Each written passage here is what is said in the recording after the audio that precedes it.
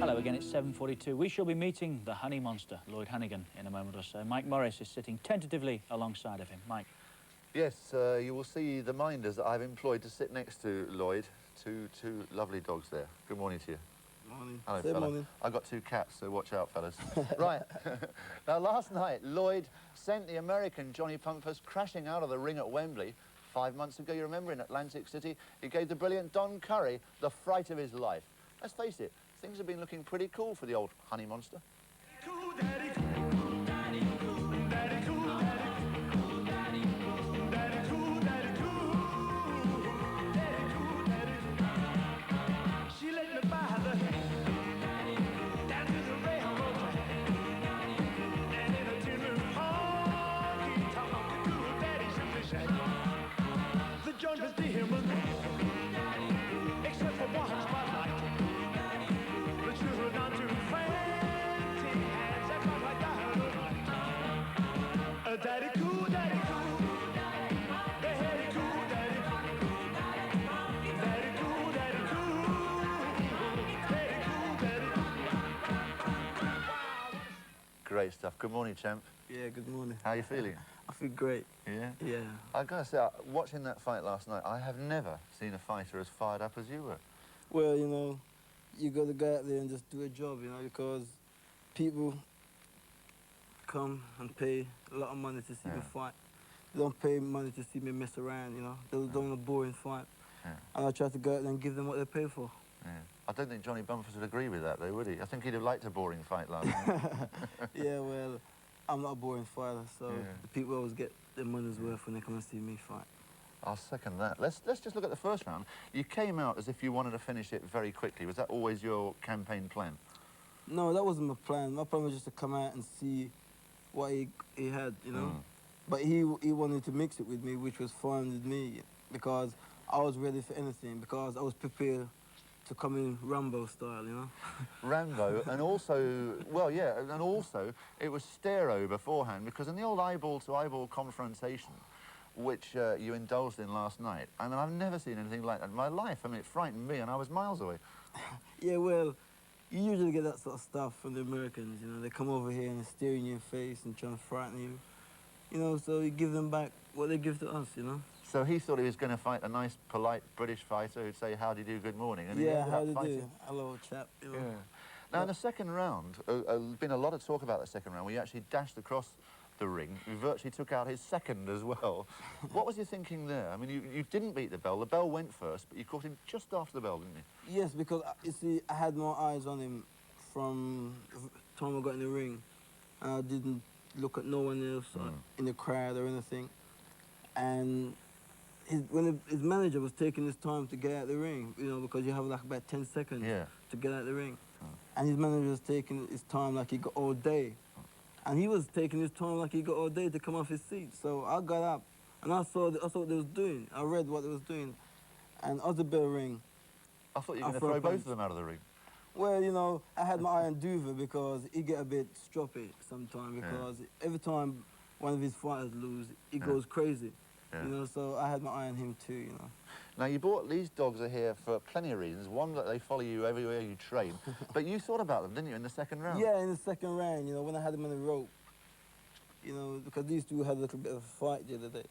Yeah. And that came into my mind. I felt like them. I felt like I just wanted to eat him alive, you know, and I wasn't going to stop punching until the referee... One of them's called Cobra, isn't he, after your last opponent, Don Cobra Curry. Which one's Cobra? This is Cobra. Cobra. Does he keep falling over? Yeah, funny enough, he said about keep falling over, because we've got a saying, anytime anyone walking on the road, if we trip with a friend, we will go, Don Curry.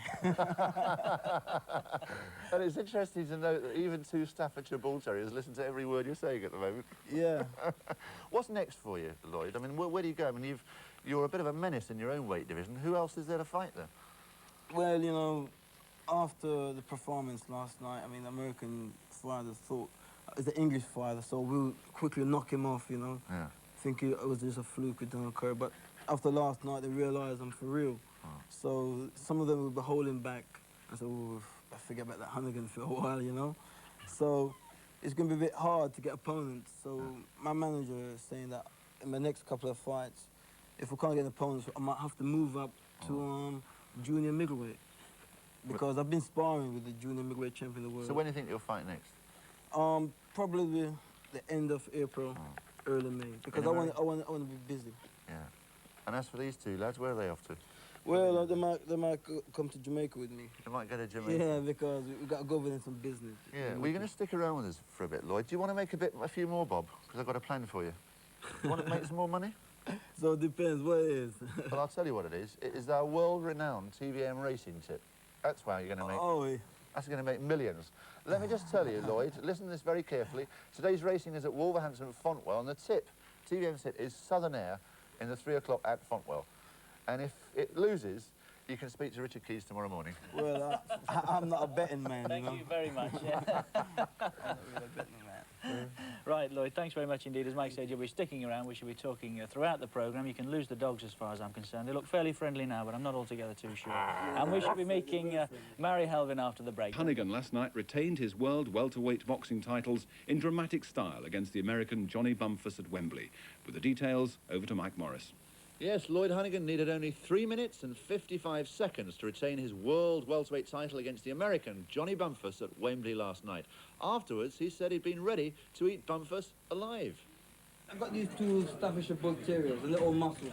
I went in the second round. I felt like them. I felt like I just wanted to eat him. I just wanted to take his head off. You know, it's all Rambo stuff out there with me now. It's been extended while you were watching that. Lloyd Honeyghan, I think, fancies his chances in the ring with our Prince. Yeah, I give him a few lessons.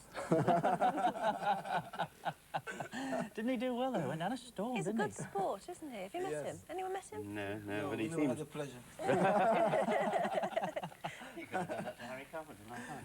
No, he might hit my back. I think it's a great idea. You know what I mean? What about his acting abilities, Roy?